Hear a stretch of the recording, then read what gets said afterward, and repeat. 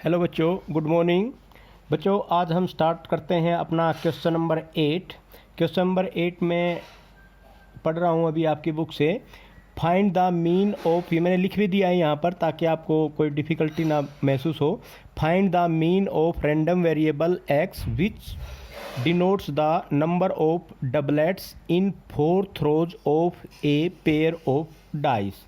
तो एक यहाँ पर दो नए वर्ड्स आए हैं आपके। एक तो डबलेट्स। बच्चे, डबलेट्स क्या होता है? सबसे पहले हम इसमें यह चीज़ देखते हैं कि भाई जो पेयर ऑफ डाई का मतलब होता है टोटल आउटकम्स। जो पेपर जो यहाँ पर दे रखा है ना, एक तो pair of dice. Pair of dice का मतलब क्या होगा कि दो डाइस एट ए टाइम्स।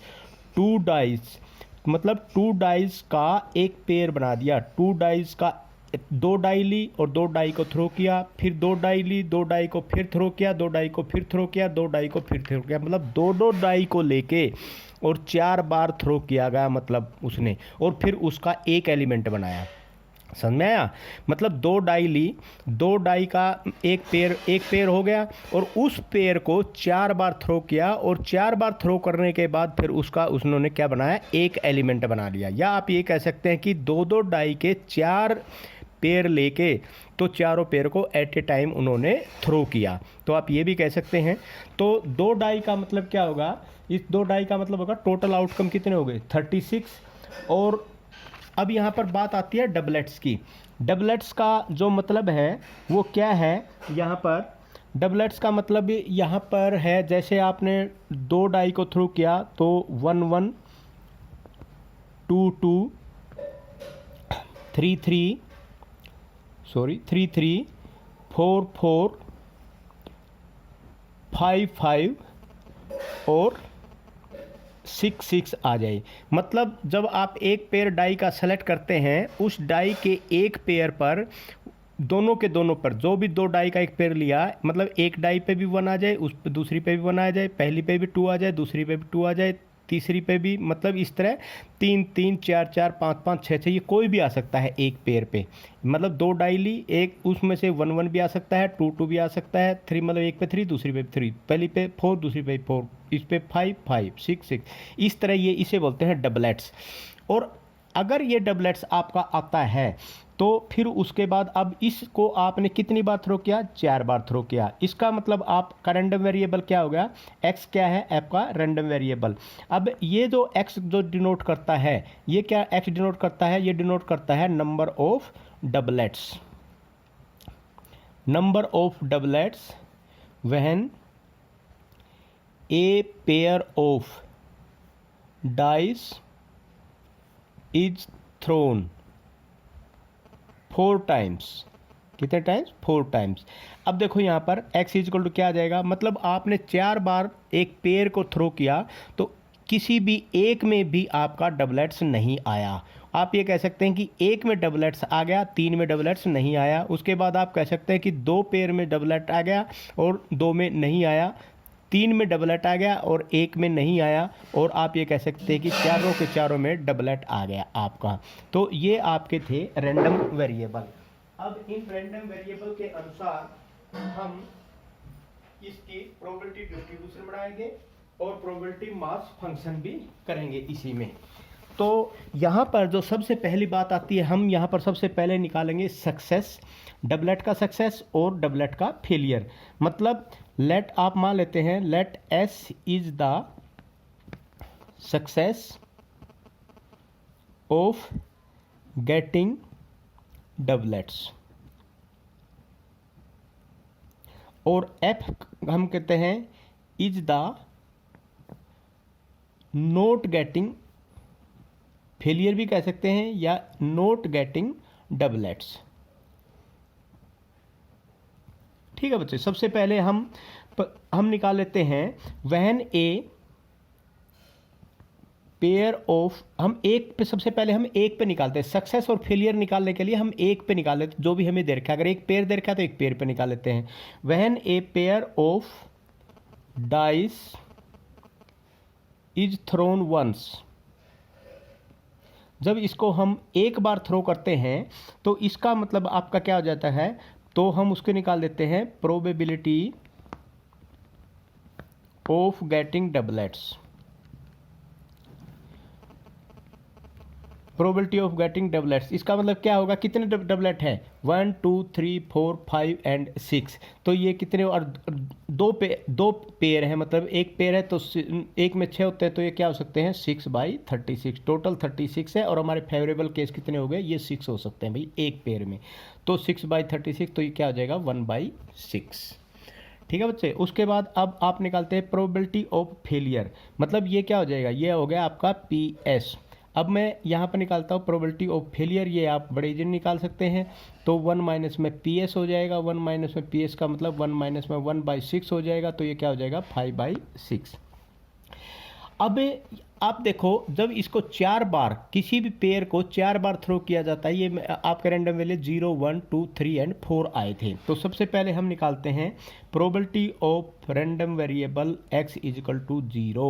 इसका मतलब ये हुआ, इसका मतलब ये है कि भाई कोई भी आपके पास जो 4 थ्रो आपने किए हैं कि किसी भी पेयर के ऊपर डबलेट आया ही नहीं, इसका मतलब आप क्या कह सकते हैं कि भाई P F1 F2 F3 and F4 चारों के चारों पे फेलियर हो गया, तो फेलियर हो गया तो इसका मतलब क्या हो जाएगा, अब आपको ये पता है, बार बार आपको करवा दिया है, probability of F1, probability of F2, probability of F3 and probability of F4, तो ये अब F4 का मतलब फेलियर की प्रोबेबिलिटी 5/6 इंटू में 5/6 इंटू में 5/6 और इंटू में 5/6, तो 25 5 125 5 625, तो 625 डिवाइड बाई 6 36 36 36 इंटू 36 क्या हो जाएगा 1296, तो ये आ गया।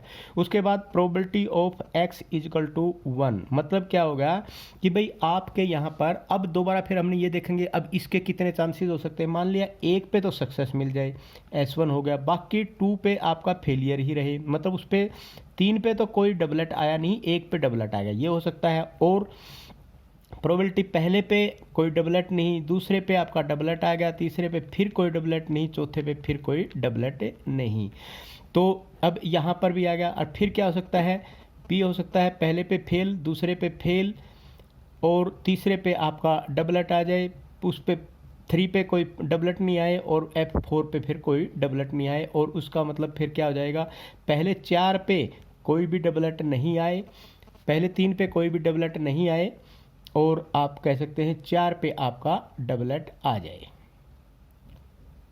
ये होगा सक्सेस हो जाए। तो इसमें अब आप देखो यहाँ पर, इसको आप बड़े इजीली आप लिख सकते हैं, आपको भी पता है कि भाई ये इसको कैसे लिखा जाता है, मैं इसी को लिख देता हूँ, आगे नहीं लिखेंगे फिर बार बार यही चीज़ें, PS1 F2 F3 F4, ठीक है बच्चे। तो इसमें यहाँ पर क्या हो जाएगा plus P F1 S2 F3 F4, ये हो गया, प्लस ये हो जाएगा P F1 F2 S3 and F4, और एक हो जाएगा plus P F1 F2 F3 and S4।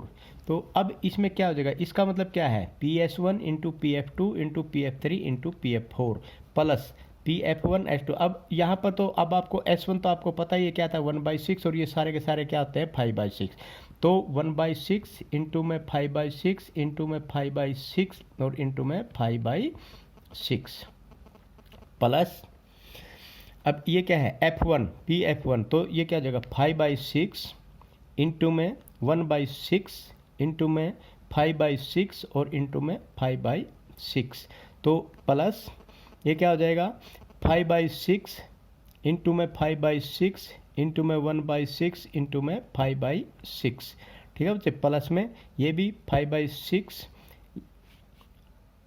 और ये भी आपका 5/6, ये भी 5/6 और ये क्या हो जाएगा 1/6। अब इसको मल्टीपल कर लो, मल्टीपल करने के बाद इनको सबको 25 पंजे 125 125 125 125 125, 4 बार 125 आ गया, तो 4 बार 125 का मतलब क्या होगा 500, तो ये पूरा का पूरा किसके बराबर हो जाएगा 500 और डिवाइड बाई 36 इंटू 36, तो ये हो जाएगा 1296। तो अगर आपके पास एक पेयर पे, अगर एक पेयर के अंदर पर डबलेट आता है तो उसकी प्रोबेबिलिटी क्या होगी 1296 हो जाएगी बच्चे।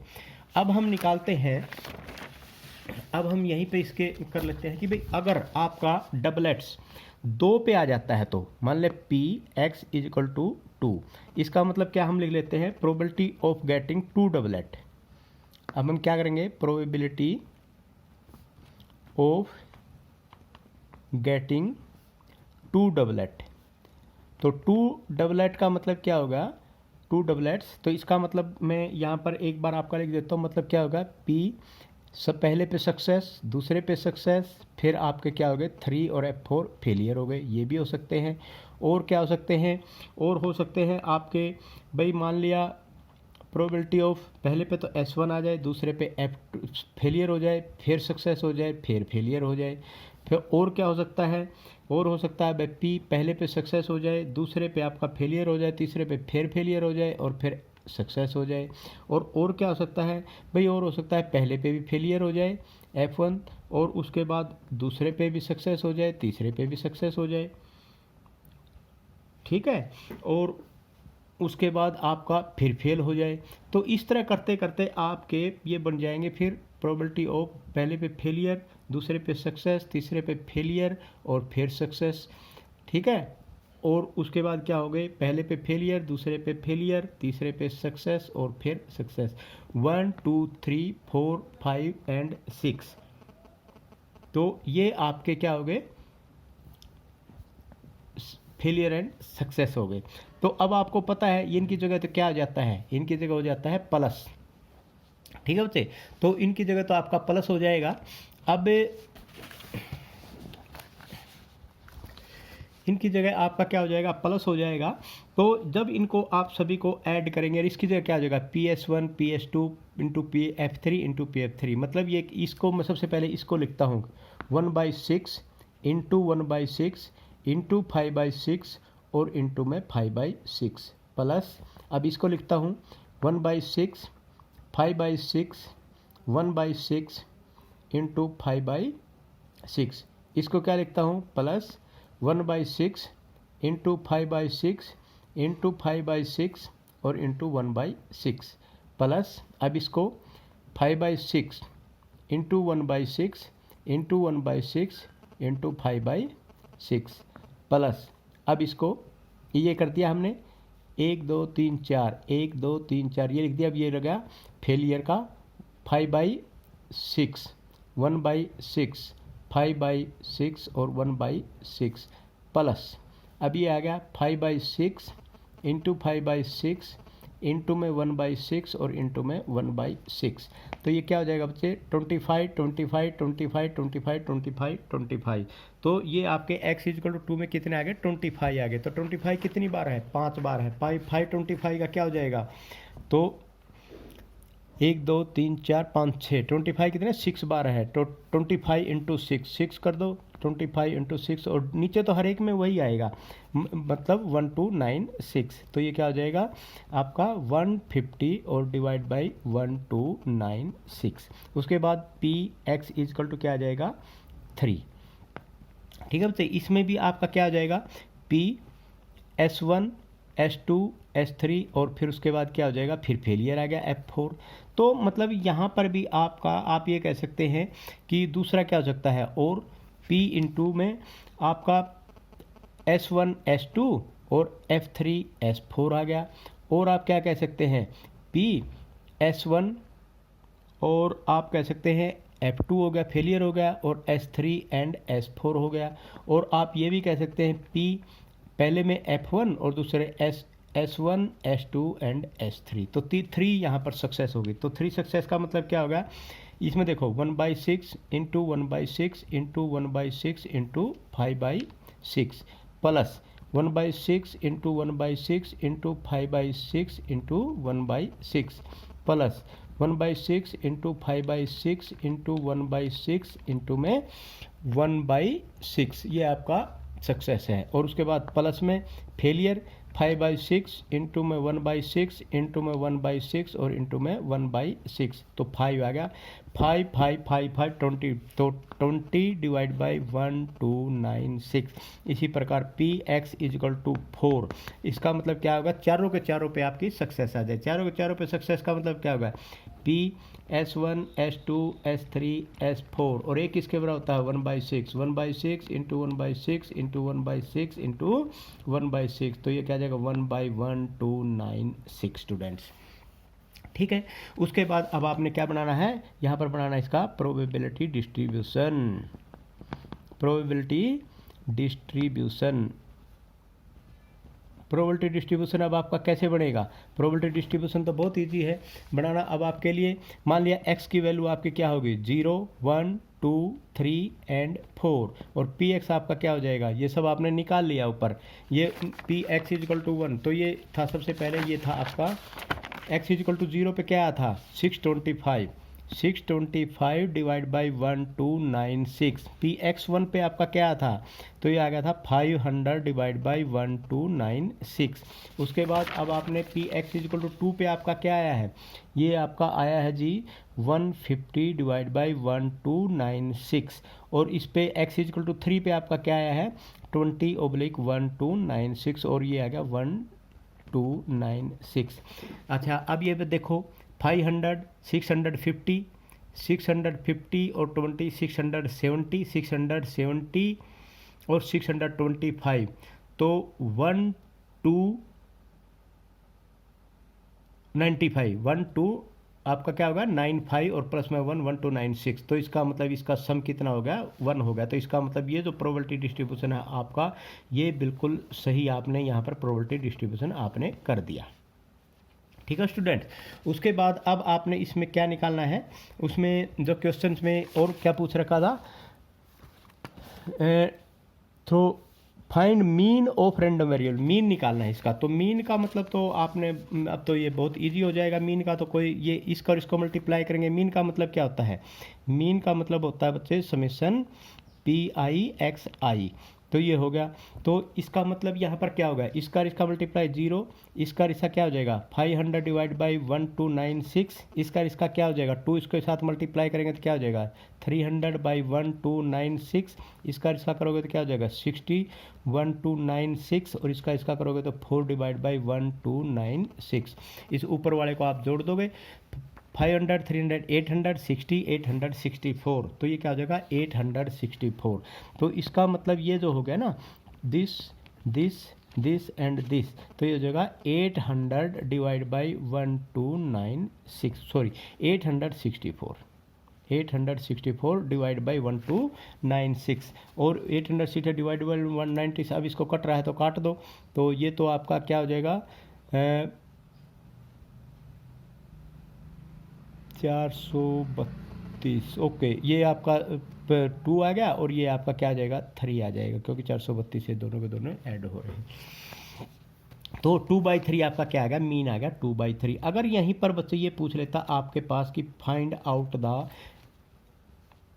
वेरिएंस तो वेरिएंस निकालते तो फिर इसके हम क्या करते हैं वेरिएंस निकालने में, हम वेरिएंस निकालने के लिए कोई खास बात नहीं है, सिर्फ ये जो वैल्यू है ना इनका आप इसका और इसका क्या करो स्क्वायर कर दो। स्क्वायर करने के बाद इसमें मल्टीप्लाई कर दो, मल्टीप्लाई करने के बाद उसका सम करो, जो भी चीज़ आ जाती है उस सम में से फिर ये आप इसका स्क्वायर करके इसको माइनस कर दो, वो आपका वेरिएंस आ जाएगा। और स्टैंडर्ड डेरिवेशन आपको पता ही है, वो आपका इसका वेरिएंस का स्क्वायर रूट होता है। तो ये था बच्चे आपका 8th क्वेश्चन। आई थिंक आपको ये समझ में आ गया होगा। अब हम 9th क्वेश्चन करते हैं। मैं 9th क्वेश्चन के बारे में थोड़ा सा आपको बता देता हूँ। वैसे 9th क्वेश्चन जैसे क्वेश्चन आपने पहले भी कर लिए, फिर भी थोड़ा सा यहाँ पर एक्सप्लेन मैं कर देता हूँ अगर कोई पढ़ता हूँ क्वेश्चन क्या है क्वेश्चन में। Question number 9, 2 cards are drawn successively with replacement from a well shuffled pack of 52 cards. Find the mean and standard deviation of the number of x। ये तो आपने क्वेश्चन कर लिया बच्चे।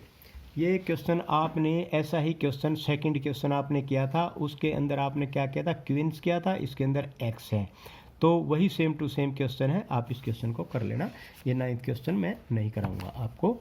उसके बाद question number 10th, 2 cards are drawn without replacement from a well shuffled pack of 52 cards. Find the mean and variance of the number of x।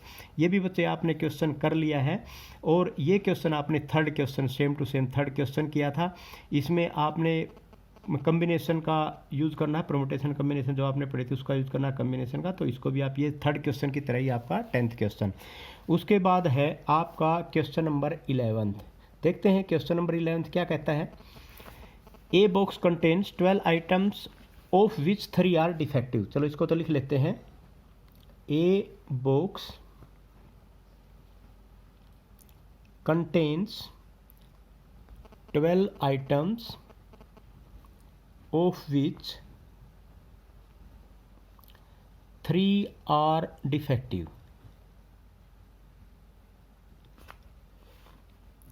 A sample of 3 item is selected from the box. Let X denotes the number of defective items in the sample. Find the mean of x। मतलब random variable का आपने यहाँ पर क्या करना है, mean निकालना है स्टूडेंट्स। तो देखो क्वेश्चन में क्या कहता है, a box contains 12 item in which 3 are defective. कितने डिफेक्टिव हैं? 3 डिफेक्टिव हैं। A sample of 3 item is selected from the box. Let, अब यहाँ पर देखो, अब इसने खुद ही बता दिया, let X denote the number of the defective item in the sample. ये तो बहुत ही सिंपल क्वेश्चन है, बिल्कुल बच्चे, ऐसा क्वेश्चन समझने वाली बात है। मान लिया अब आप सबसे पहले क्या लेते हैं, सबसे पहले हम लेते हैं एक्स, आपके पास क्या है, number of defective piece, question में भी दे दिया नंबर ऑफ डिफेक्टिव पीस। अब यहाँ पर एक चीज़ देखो आप, टोटल आइटम कितने हैं, 12।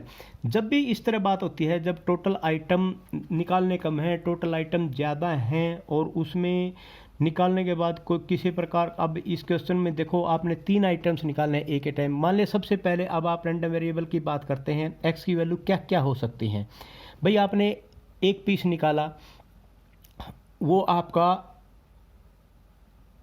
3 आर डिफेक्टिव, ठीक है ना। 3 आइटम सिलेक्टेड, 3 आइटम सेलेक्ट किया। मान लिया आपने 3 आइटम सेलेक्ट करे एक बार में, तो पहला आप मान लिया आपने निकाल लिया कोई भी 3 आइटम, उसमें क्या क्या पॉसिबिलिटी क्या क्या हो सकती हैं, कोई भी आपका डिफेक्टिव नहीं है। तीनों निकाले, उसमें कोई भी एक डिफेक्टिव है। 3 निकाले, उसमें कोई भी 2 डिफेक्टिव है। 3 निकाले, उसमें भाई तीनों के तीनों भी आपके डिफेक्टिव हो सकते हैं, कोई ज़रूरी नहीं है कि भाई एक कोई भी ना हो, ठीक है। अब आपने इस रैंडम वेरिएबल को आपने क्या निकालना है, आपने देखना है भाई सबसे पहले प्रोबेबिलिटी ऑफ नो डिफेक्टिव। मान लिया आपके पास आपने निकाला और कोई भी आइटम वहाँ पर आपका डिफेक्टिव नहीं है। कब कोई भी डिफेक्टिव नहीं है, तो इसका मतलब क्या है कि आपने डिफेक्टिव कितने हैं, 3। इसका मतलब 9 आइटम तो ऐसे हैं जिसमें अंदर डिफेक्ट ही नहीं है। तो इसका मतलब फेवरेबल नंबर, इसके अनुसार आपका फेवरेबल कितने हो गए, 9। 9 में से 3 आपने सेलेक्ट करने हो गए और नीचे क्या आ जाएगा, 12C3। तो 9C3 और 12C3 का मतलब ऊपर क्या आ जाएगा, ऊपर हो जाएगा 9 × 8 × 7 और नीचे क्या आ जाएगा, 12 × 11 × 10। तो ये आ जाएगा। तो जब इसको आप सोल्व करोगे पूरे के पूरे को, 4 2 = 8, 4 3 = 12, 3 3 = 9 और यहाँ पर अब आपके पास क्या आ जाएगा, 2 5 = ठीक है। तो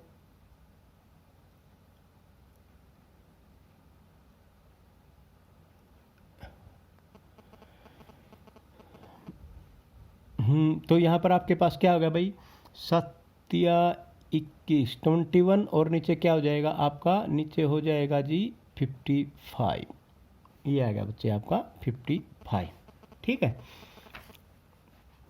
उसके बाद अब आपका ये हो सकता है Px = 1। Px = 1 मतलब एक आपका डिफेक्टिव पीस आ गया। तो जो 3 डिफेक्टिव पीस थे, ये जो 3 डिफेक्टिव पीस थे ना, इनमें से एक तो आपने ये सेलेक्ट कर लिया।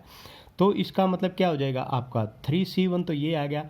और उसके बाद फिर आपने 9 जो बच गए उन 9 में से कितने सेलेक्ट करने हैं, 2 सेलेक्ट करने हैं, तो उसमें से क्या हो जाएगा 9C2।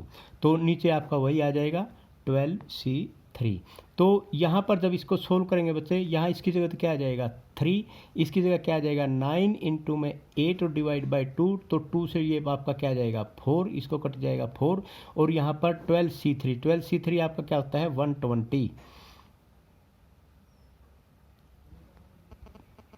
तो ये आपका 728, तो ये क्या हो जाएगा 120, तो 220 नीचे आ जाएगा, 220 इंटू में क्या आ जाएगा 108 डिवाइड बाई 220। तो हम इसको भी 220 की फॉर्म में चेंज कर लेंगे ताकि हमें हमारे लिए इजी बन जाए बच्चे। 84 डिवाइड बाई 220, तो हम इनको काटेंगे नहीं ऊपर नीचे जो भी कट रहा है, ठीक है, हमारे लिए आसान हो जाएगा। उसके बाद P x equal to 2, X equal to 2 को मतलब 3 आइटम में से 2 तो ये सेलेक्ट कर लिए और 9 में से C1 सेलेक्ट कर लिया, और ये हो जाएगा 12C3। तो ये 3C2 3 इंटू 2 से 2 गया 3 आ गया, और ये 9 आ गया, तो 27 डिवाइड बाई आपका क्या आ जाएगा, ये आ जाएगा 220। उसके बाद P x equal to 3, probability of getting all the 3 defective piece, all the 3 defective piece का मतलब तो क्या होगा 3C3 डिवाइड बाई 12C3, तो ऊपर क्या आ जाएगा 3C3 का मतलब क्या होता है 1, ठीक है, और डिवाइड बाई 220।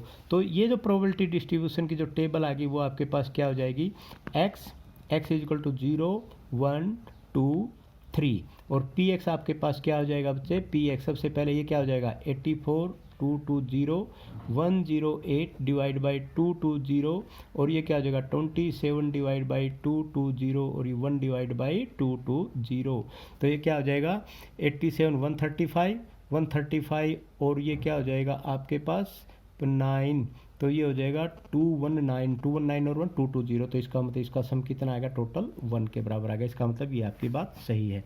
अब उसके बाद हम निकालते हैं मीन, ठीक है। मीन आपके पास क्या आता है, मीन इजिकल टू म्यू, और म्यू इजिकल टू किसके बराबर होता है समेसन आई इजिकल टू 1 से लेके कहाँ तक 1 2 3 4 तक हो गया।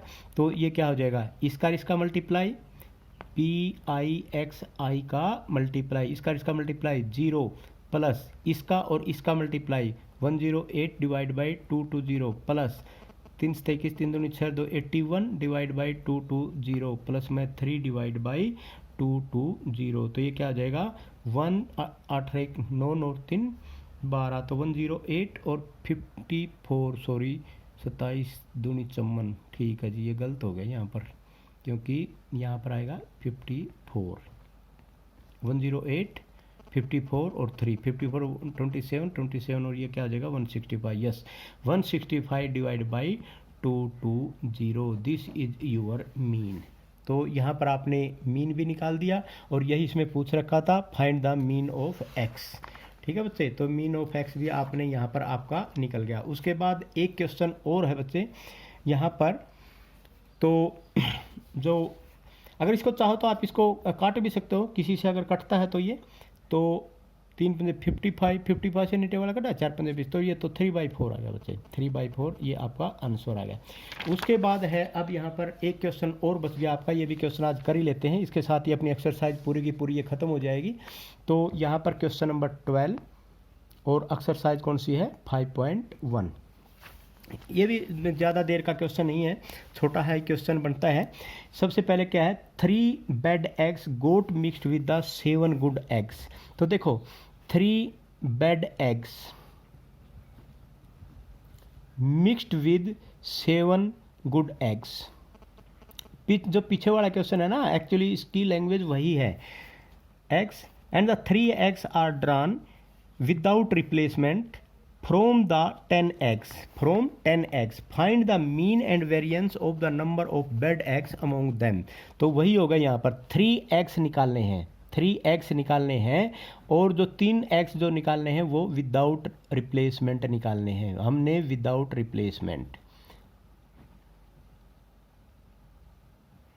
विदाउट रिप्लेसमेंट निकालने हैं। तो बच्चे सबसे पहले आप यहाँ पर देखो टोटल एग्स कितने हो गए, 10 एग्स हो गए। 10 एग्स में से तीन एग्स निकालने हैं। मान लिया अब हमारे पास रैंडम वेरिएबल हम ले लेते हैं एक्स, और उस रैंडम वेरिएबल एक्स में हम मान लेते हैं कि भाई ये बेड एग्स का ले लेते हैं।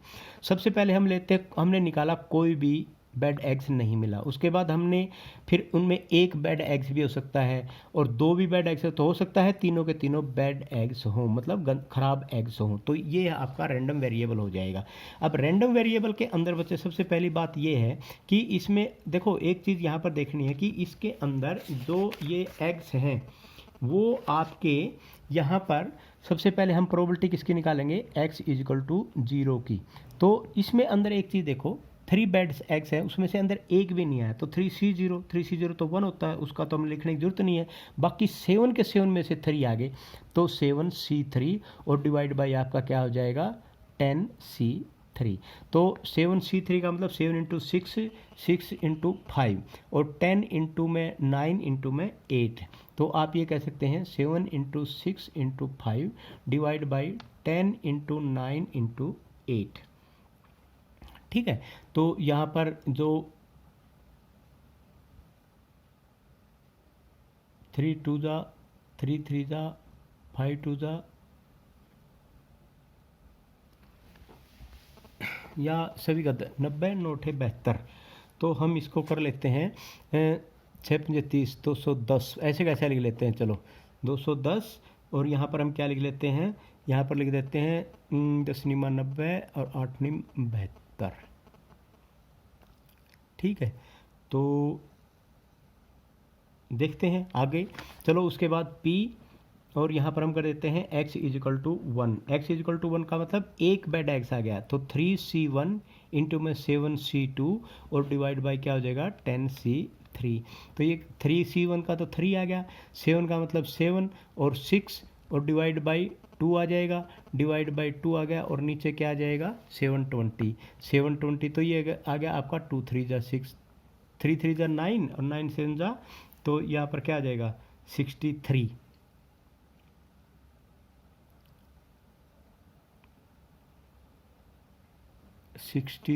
सॉरी, ये यहाँ पर जो होगा ना 10C3, तो इसका डिवाइड बाई यहाँ पर 3 भी होगा ना, तो 10C3 है, 10C3 तो इसका ऊपर से इसके कट जाएगा, तो फिर यहाँ पर आपका 720 इसको हम कर लेते, क्योंकि यहाँ पर अब देखो 7 डिवाइड बाई 3 आएगा, तो 3 आएगा तो इसको 3 दूनी यहाँ पर आ जाएगा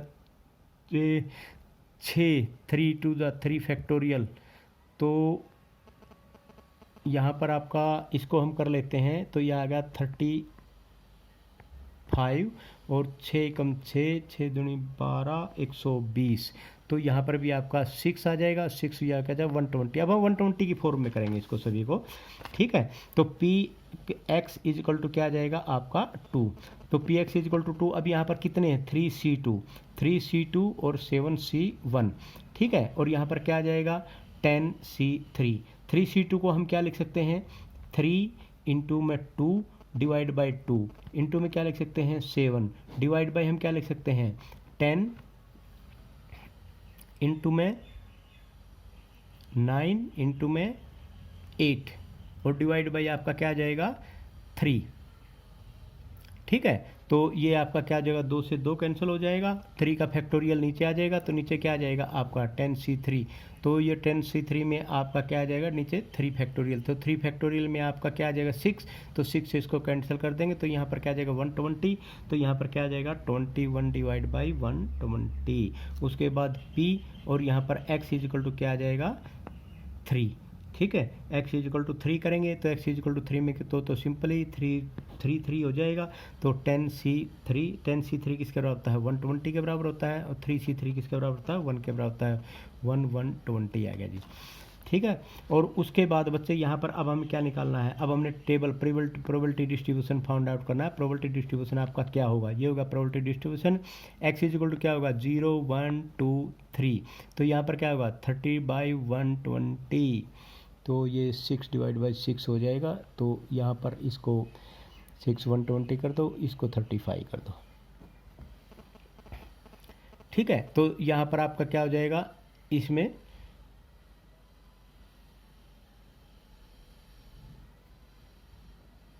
35 और उसके बाद हो जाएगा 63, 120, 21, 120 एंड 120। तो ये हो गया आपका PX। ठीक है, तो अब यहाँ से देखो आप, ये आपके पास क्या होगा, ये आपके पास एक प्रोबेबिलिटी डिस्ट्रीब्यूशन की टेबल आ गई। अब इस प्रोबेबिलिटी डिस्ट्रीब्यूशन की टेबल के बाद में बच्चे अब हम यहाँ पर क्या करेंगे, इसने पूछ रखा है इसके अंदर मीन एंड वेरिएंस भी फाइंड आउट करना। मीन एंड वेरिएंस मान लिया x, अब इसको ऐसे लिख लो, आपके लिए इजीली होगा 0, 1, 2 एंड 3। तो PX आपके पास क्या हो जाएगा 35/120। ठीक है, और ये क्या हो जाएगा 63/120 और ये हो जाएगा 21/120 और 1/120। तो आपको ये पता है, दो फार्मूले में यहाँ पर लिख देता हूँ। मीन किसके बराबर होता है, मीन होता है कि भाई PI और XI का जो सम है I = 1 to 4, इनको P1x1, P2x2, P2x3, P2x4, तो इसके बराबर क्या होगा P1x1, P2x2, P3x3 प्लस में P4 और X4। तो ये वैल्यू सारी की सारी यहाँ पर मैं यहीं पर कर देता हूँ। चलो PIXI, सबसे पहले तो इसी को कर लेते हैं। ये तो 0 हो गया, ये हो जाएगा 63/120, ये हो जाएगा आपका 42/120 और ये हो जाएगा 3/120। अब सबसे पहले इसी को जोड़ देते हैं, 0 प्लस में 63/120 प्लस में 42/120 और प्लस में 3/120, और ये सारा का सारा किसके बराबर होगा 45 और ये किसके बराबर 11, 45 और 63, 108/120। तो 108/120 का मतलब क्या होगा, ये हो जाएगा आपका 108, 12 निमा 108, 12 दाएँ 10, तो 10 नंबर 10। तो ये तो आ गया आपका मीन। उसके बाद अब आपको पता है वेरिएंस किसके बराबर होता है। वेरिएंस तो आपको पता है, सबसे पहले आप लिखेंगे समेशन PIXI का स्क्वायर माइनस में म्यू का स्क्वायर। तो अब इसका मतलब यहाँ पर आपने क्या निकालना है, आपने निकालना है जी x का स्क्वायर, XI का स्क्वायर। तो ये तो 0 हो गया, तो ये क्या हो जाएगा 1 हो जाएगा, ये क्या हो जाएगा 4 हो जाएगा, ये क्या हो जाएगा 3 3 जा 9 हो जाएगा जी। अब यहाँ पर क्या निकालेंगे PI और XI का स्क्वायर, इस ये तो 0 ही होगा, इसका स्क्वायर भी करेंगे तो कोई फर्क नहीं पड़ता, वही चीज़ें आ जाती हैं 120। दूसरा इसको 4 से मल्टीप्लाई कर देंगे, 21 84, 84/120, इसको फिर इससे मल्टीप्लाई कर देंगे 9/120। अब इन ये सारी की सारी चीज़, जब ये सारी की सारी चीज़ ऐड करेंगे तो ये यहाँ पर देखो 72 और 84, 156, तो 156/120 और माइनस में क्या हो जाएगा 108/120। सॉरी, इसका स्क्वायर करना है ना, इसका स्क्वायर, तो ये किसके बराबर होगा 9 9 जा 81, 81/100, तो इसको हम कर देते हैं 81/100। तो 81/100 जब इसमें से आप माइनस करेंगे तो ये आपके पास क्या आ जाएगा 156, तो 12 × 12 13, तो ठीक है, तो इसमें से ये क्या हो जाएगा 13/10, और या आप ये कह सकते हैं कि 1200 ले लो, 1200 लेके तो ये क्या आ जाएगा 12 से फिर ये कट जाएगा, ये आ जाएगा 49/100। इसकी जगह भी हम ले सकते हैं 13/10, तो 13/10 माइनस में तो ये 10 हो जाएगा ना 130 -81, तो ये हो जाएगा 100। तो ये आपके पास क्या आ गया, ये आपके पास आ गया 31/100। तो ये जो 91/100 आया है, दिस इज योर वेरिएंस। ठीक है, अब उसके बाद इसमें वेरिएंस तक ही पूछ रखा है। अगर पूछता ये यहाँ पर स्टैंडर्ड डेविएशन, तो स्टैंडर्ड डेविएशन आपका क्या हो जाता है, स्टैंडर्ड डेविएशन हो जाता है आपका इसका स्क्वायर, तो फिर ये क्या हो जाता है आपका 49/100 और इसका क्या हो जाता स्क्वायर रूट, तो ये क्या हो जाता आपका 7/10 और equal to 0.7। This is your standard deviation, this is your variance. तो ये आपका वेरिएंस हो गया और ये आपका क्या हो जाएगा जी मीन हो जाएगा। तो ये थे आपके स्टूडेंट्स 12 क्वेश्चंस, और ये 12 के 12 क्वेश्चंस आपके कंप्लीट हो गए, मतलब ये एक्सरसाइज आपकी कंप्लीट हो गई है। आप इस एक्सरसाइज को कर लेना, एग्जाम्पल ज़रूर कर लेना। अगर फिर भी किसी स्टूडेंट्स को कोई प्रॉब्लम आप इसमें फेस करते हैं तो आप मुझसे पूछ सकते हैं। Thank you very much.